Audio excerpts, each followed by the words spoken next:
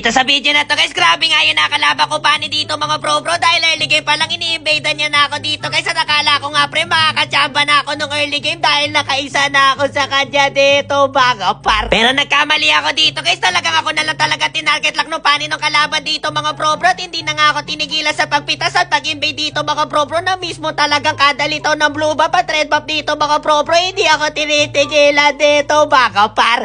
Kahit saan niya ako magpunta dito guys, kita niyo yung gap ko pre level 13 na pani. Level 8 pa lang ako dito, pre. Tapos, ani pa lang yung retribution ko dito, guys. Grabe yung pani dito, pre. Kaya yun, pre. Talo kami dito, par. Kaya nag-boss ko ulit ako dito, mga pro. Tapos, sinasabihan ako pauso ng Silvana. Ang lalako daw. Pauso daw ako dito, mga pro. Pero nung early game dito, guys, pani ulit yung kalaban namin dito, mga pro. Na-invade na nga yung red buff ko dito, guys. Kaya focus na lang ako dito, mga pro. Sa top lane na lang talaga ako dito. Para hanggat maaari. Hanggat maaari, guys. Kaya kailangan iwasan natin dito si pani Bambang mga pro. Hilda pani pa naman yan par. Medyo mahirap mag-invade mga pro. Kaya ang ganda nga na nagsisimula ako dito guys. Kaya na-target lang si Arnold Panot. At medyo nahirapan yung pani nung kalaban dito mga pro. Dulot ang may SS dito guys. Pero pwede yan. Pitas to si Hilda Empress mga pro. Nice one. Pwede natin turtulan yan mga pro. Akala ko nga guys makakalamang na ako dito mga pro. Dahil 4-0 na nga yung standing ko dito guys. At dalawang beses ko na napita si Arnold Panot dito mga pro. Pero tingnan niyo gagawin ng Arnold nung kalaban dito para. Napakaangas nga nung ginawa nung Arnold dito mga pro. Akala ko nga pre kaya ko yung Arnold dito guys. Pero tingnan nyo par. Upos kami dito mga pro. Grabe si Arnold pala dito pre pala. Triple kill. Bejak pre. Ang lala nung Arnold guys. Ayun lang pre. Medyo nabuhayin ng dugo yung kalaban dito mga pro. Kaya ito na nga po pre. Tubiwan nga laban na dito mga pro. Brad Moscovado versus Hilda at Grigilino Salsalino nga laban na dito mga par.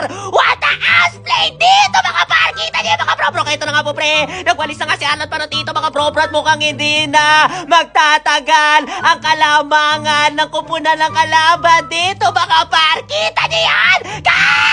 Manunolo bait par. Grabe guys, hindi lang pala bail yung banta sa akin dito mga bro. Pati yung Arnold dito pre. Ako tinatarget lang dito guys. Ang lala. Grabe yung Arnold dito pre. Saka yung Hilda par. Kung hindi ako natuto noong unang first game dito mga bro sa pag-invade ng pani pre, siguro kanina pa kami talo dito mga par. Kaya ito na nga po pre. Buhay na nga bida dito mga bro. Napasibat na nga siya dito pre. Pinasay bail dito pre.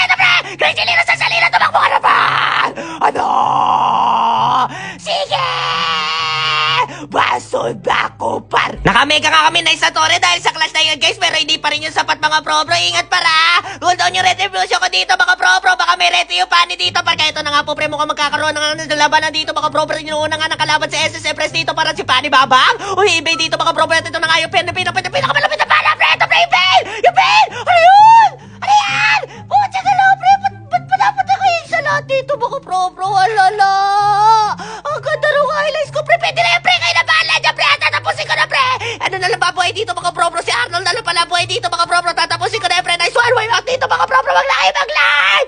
Tapos na to laban na to pre.